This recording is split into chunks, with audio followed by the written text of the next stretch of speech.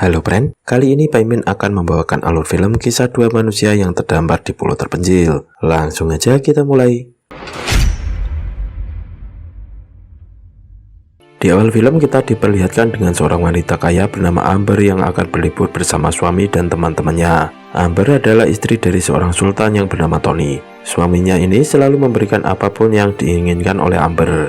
Kali ini Tony mengajak Amber berlibur ke Italia untuk pergi ke tengah laut. Mereka pun menyewa sebuah kapal pesiar yang tidak terlalu mewah. Tujuan Tony yaitu untuk membuat istrinya bahagia. Namun, nampaknya dia tidak suka menaiki kapal pesiar tersebut, sebab kapal itu terlihat kecil dan murahan. Di kapal, Amber bersikap songong pada salah satu kru kapal yang bernama Pepe. Di sini, Amber minta tempat gym, namun Pepe memberikan Amber peralatan olahraga. Pepe adalah seorang nelayan, tapi karena butuh uang lebih, dia bekerja di kapal pesiar untuk menambah penghasilan. Kepribadian Pepe sangatlah baik. Meskipun dia jengkel dengan tingkah laku Amber, dia tetap melayani mereka dengan senyuman. Di sini, apapun yang dikerjakan Pepe selalu tak disukai Amber. Bahkan dia berkata bahwa ikan tangkapan Pepe tidak segar dan bau busuk, sama seperti bau badan Pepe. Keesokan harinya, Amber pergi berbelanja ikan segar sendiri. Namun, juru masak kapal bilang kalau ikan yang dibeli Amber tidak segar. Ia lalu memasak ikan hasil tangkapan Pepe untuk dihidangkan pada Amber dan kawan-kawan.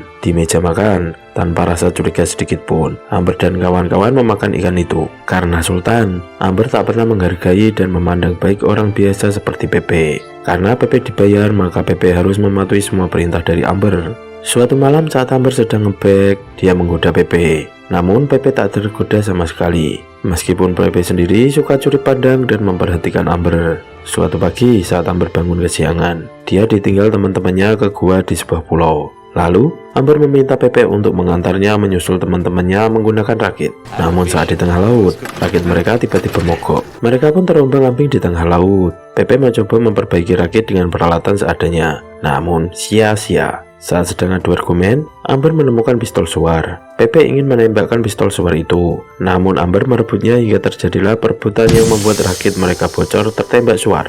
Berhari-hari mereka terombang-ambing di laut yang luas. Suatu hari, mereka melihat ada sebuah daratan, dan mereka pun memutuskan untuk menuju pulau itu. Begitu sampai, sifat angkuh Amber kembali muncul. Dia mulai marah tanpa henti. Dia juga akan mencari pengacara untuk menuntut Pepe. Akan tetapi, di pulau terpencil seperti ini, jangankan mendapat sinyal untuk menelpon, makan dan minum saja akan sangat sulit. Lagi-lagi mereka pun bertengkar, dan alhasil, mereka memutuskan untuk hidup sendiri-sendiri. Pepe mengelilingi pulau dan menemukan sebuah gubuk kecil. Pepe yang sudah jadi nelayan selama bertahun-tahun, dengan mudah bisa mencari makanan dan air untuk minum. Dia mulai membuat peralatan untuk menangkap ikan dan dia pun tak kelaparan. Amber yang tidak punya kemampuan bertahan hidup di alam. Dia kelaparan dan kakinya terluka. Amber melihat Pepe yang makan ikan dan punya air minum. Dia pun bernegosiasi dengan Pepe. Dia akan membayar berapapun yang Pepe inginkan asal dia dikasih makan dan minum. Pepe memanfaatkan kesempatan ini untuk membalik keadaan. Dia tidak butuh uang.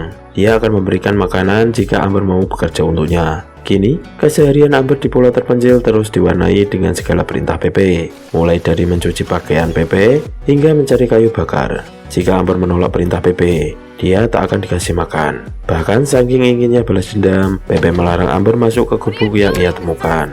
Hari-hari mereka lalui hanya untuk mencari makan di laut. Pepe dan Amber duet untuk mencari ikan. Amber yang tadinya tidak mau diperintah oleh Pepe, kini mulai mematuhinya. Singkat cerita, Pepe yang bosan meminta agar Amber menari. Awalnya Amber menolak, namun lantaran terus dipaksa oleh Pepe, Amber pun akhirnya mau menari. Pepe pun membayangkan Amber yang sedang menari dengan gaun yang cantik. Suatu hari, Pepe tiba-tiba sanggup. Dia pun meminta Amber untuk membuka baju. Namun Amber menolak dan melarikan diri. Pepe pun mengejarnya. Setelah ketangkap, Pepe ingin mengiculik Amber. Namun niat itu diurungkan karena dia ingin ngiboy jika sama-sama menginginkan. Setelah itu mereka berpisah dan merenung. Hingga di suatu momen, Amber dengan sadar datang kepada Pepe. Mereka pun akhirnya adu mekanik melepas hasrat yang terpendam selama ini. Mereka juga tidur bersama di gubuk. Pepe melihat kebahagiaan di wajah Amber, tidak seperti saat di kapal. Kini, Amber mulai bisa membantu untuk menangkap ikan. Saat Amber mencari kayu bakar, dia melihat ada kapal yang bersandar. Bukannya meminta tolong, dia justru bersembunyi di balik batu. Sudah jelas, kalau Amber tidak ingin pergi dari pulau tersebut.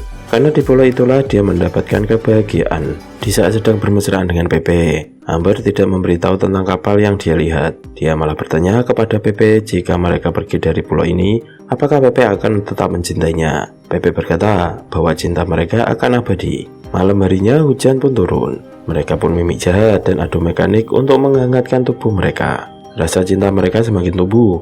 Mereka menjalani kehidupan di pulau itu dengan sangat bahagia. Mereka ijlik kapanpun dan dimanapun mereka mau, layaknya pasangan yang sedang honeymoon. Di suatu pagi, Pepe yang baru bangun setelah gemoy dengan Amber di tepi pantai. Dia melihat ada sebuah kapal berlabuh di tepi pantai. Tanpa pikir panjang, dia berniat menghampiri kapal itu untuk meminta pertolongan. Sempat ada perdebatan dengan Amber, karena Amber ingin hidup berdua di pulau itu bersama Pepe. Namun Pepe ingin membuktikan cinta Amber.